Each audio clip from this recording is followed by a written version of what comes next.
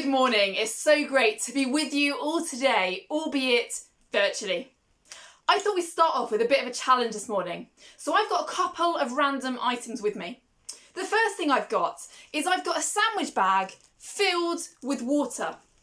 The second thing I've got are some colouring pencils. Now I've heard recently that it's possible to put pencils through a water-filled plastic bag and not make a mess. So I thought, what better way to start Sunday morning than giving it a go?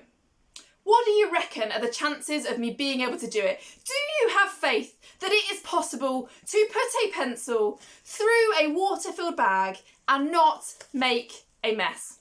Let's give it a go. So, one water-filled bag. One pencil, here goes. Okay, so the pencil has gone in. The pencil has come through our bag. We have one pencil in the water. Shall we give it another go? What do you think are the chances? Do you have faith that I can get a second pencil into my bag? Let's give it a go. It's in, and it's through the other side, and now we have two pencils in our plastic bag. I have a third pencil. What do you think are the chances of me being able to put a third pencil in without ending up with my head covered in water? Let's give it a go. Do you have faith that this third pencil will go through? I'm going to pop it into the bag. It's in. Is it going to come back out again? Okay, and our third pencil is through the bag. I have one final pencil. What are the chances? Do you have faith that I can get this fourth and final pencil through the plastic bag? Let's give it a go.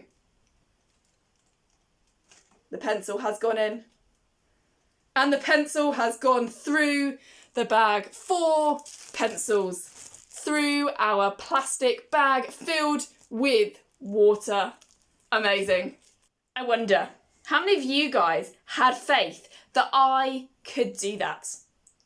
And how many of you doubted that it was actually possible? If I'm completely honest, when I first read that you could do that, I thought, absolutely not. How is that even possible?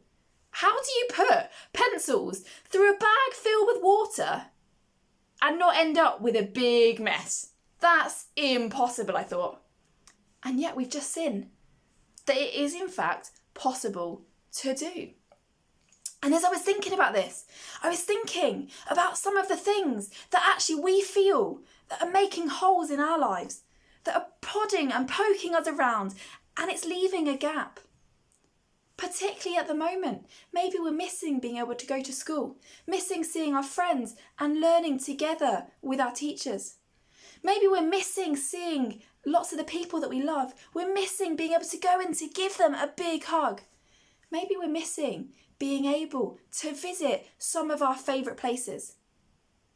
We've been able to do lots of exciting and different things during lockdown.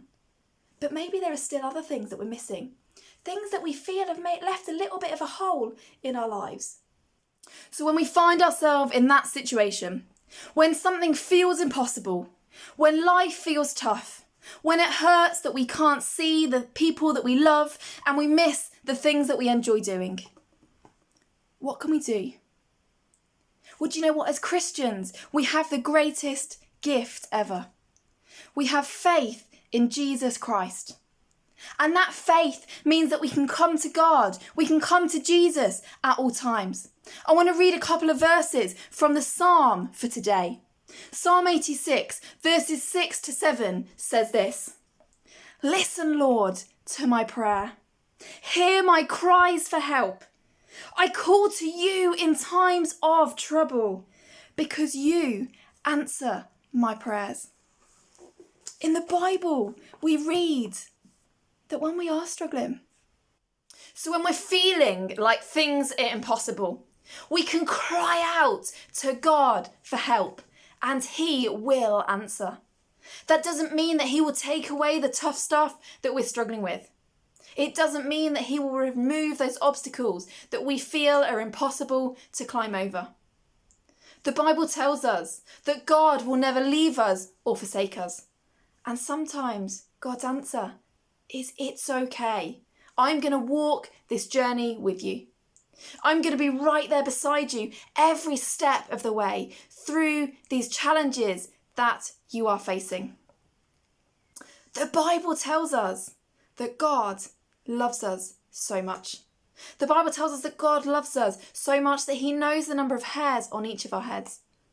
The Bible tells us that God knows when we sit and when we stand and when we lie down. The Bible tells us that God knows our thoughts before we speak them. The Bible tells us that God had planned us before the world even began. The Bible tells us that God has a plan for each and every one of our lives. That same God who loves us that much is the same God that we cry out to for help, the same God that answers our cries for help. Let me let you into a little secret about the challenge that I begin with. You see, the thing was that I'd had another attempt before the one that you saw. Watch this. That I can succeed for a fourth time. Let's try. Here goes. Oh, it just went everywhere. That's not cool. You see, the thing is, I absolutely managed to prove that something that I thought was impossible was indeed possible. But there were times when it went a little bit wrong and I got a little bit wet. There were times when no matter how much faith I put in my ability to undertake that challenge, it just didn't quite go to plan. But the thing is, our faith with God isn't like that. Because our faith with God is one that we can trust at all times. Our faith in God is one that we can rely upon in the situations that we feel are possible and those situations that we look at and go, that's just not possible. Because God is faithful to us. God keeps his promises. God hears our prayers and he answers them. He journeys with us through the good times and the bad times. God remains the same through it all, and we can turn to him in it all. And so we're going to worship God together in song now, singing about his unchanging nature. Faithful One.